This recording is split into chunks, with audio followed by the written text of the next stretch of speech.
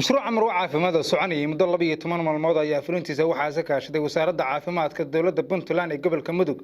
iyo bangiga adduunka tababarkan oo loo qabtay 36 haween ayaa si kaliya deegaanada iyo degmooyin ka tirsan gobolada Mudug iyo Nugaal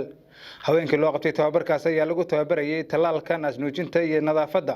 ugu horeyn waxaa munaasabadii xiritaanka mashruuca Amar Caafimaad hadal ka jeediyay Maama Maryan Xuseen Cali madaxa caafimaadka asaasiga ee wasaaradda caafimaadka mid kamid ah macallimiinta bixinayay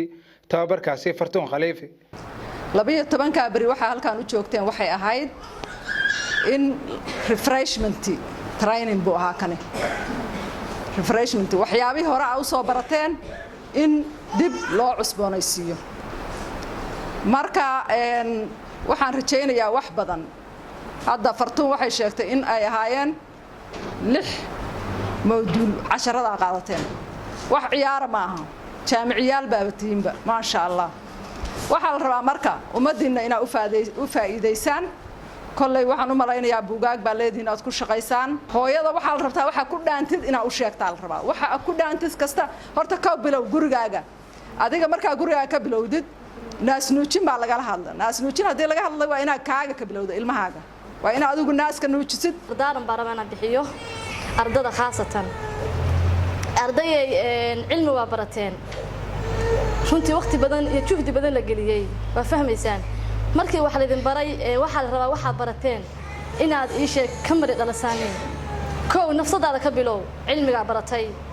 dan marka bulshada wax lagu tababaray iyo agaarkaaga kulli waa u gudbinaysaa waajibeen kugu tahay ka wasaarad ahaan naftaada ka bilow marka hore dan marka bulshada badbaadi waxaan idin baray waa caafimaad qofka inuu caafimaad helana caafimaad helay bulshada dhan buu caafimaad u helay sababtoo ah cudurro waxa jira ii sheeg faafa sida aan soo barnayba cudurrada inaad adigu ma kow aad digtoonaatid danna aad dadka bulshada aad badbaadisid dhinaca kale mid kamid ah haweenkii la siiyay tababarkaasi Fartuun oo Maxamed ayaa u mahadcelisay wasaaradda caafimaadka ee dawladda Puntland iyo macallimiintii bixinayay tababarkaasi iyadoo sheegtay inay ka faa'iideysteen tababarkii ay siinaysay wasaaradda caafimaadka aan ka faa'iideysanay buugii Marwo Caafimaad oo ka koobnaa 6 moodal waxaan ka fahnay waxyaabo badan oo aan aqoon u lahayn ama aan fahamsanayn oo aan horay u soo baranin insha Allah ta'ala waxa kamid ah sida naasnuujinta oo kale la talinta hooyada iyo dhalaanka talaalada iyo wixii la mid ah waxaan rajaynaynaa faa'iido badan oo awal aanan